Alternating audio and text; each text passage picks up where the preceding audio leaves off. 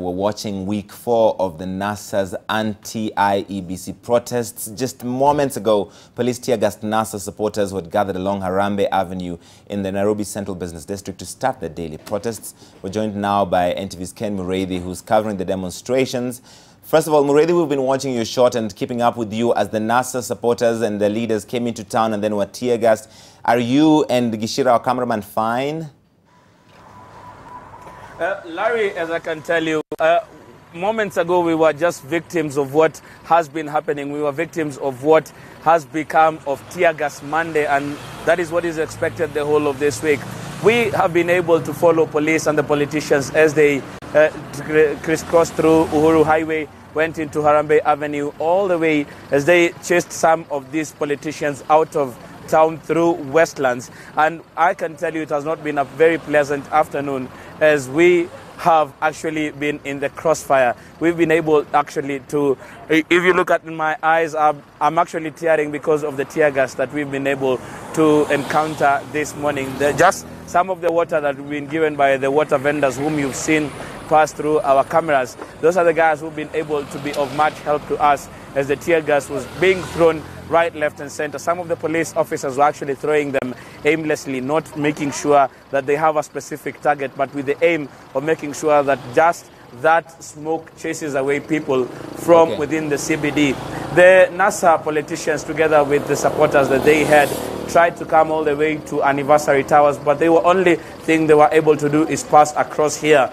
At one moment when they passed through Harambee Avenue, police officers from the administration police were able to block the exit that is at the Treasury and the exit that is at Parliament, and some of the demonstrators were locked in, and that is the probably one of the times that the police actually were able to throw tear gas. But the police officers and the politicians, each of them trying to wiggle out of that particular situation, the politicians were able to rush, and some of them were also ahead of them and came all the way to Anniversary Towers. But police have been able to contain the protesters and the politicians who are leading them.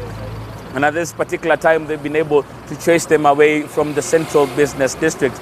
It is something that we're really keeping tabs on at this particular time, Larry. And we'll be giving you information as we do get them. We do understand that the politicians have gone to another place so that they can regroup and be able to come and give another lap in town before they retire for the day and plan again for tomorrow. But one thing that I can also tell you is we've realized, as we had told you earlier, is that some of these protesters had already come into town and gelled in with other people who are on their businesses. Because what we saw at the Nyayo roundabout, the Nyayo House roundabout, what we saw is that one of the vehicles with politicians, it had John Mbadi and Simba Arati. They were going round the roundabout, trying to signal some of their supporters who were already in town to come out into action. And immediately they were sure that they had quite a sizable number. They started walking on Uhuru Highway as they tried to provoke police into action.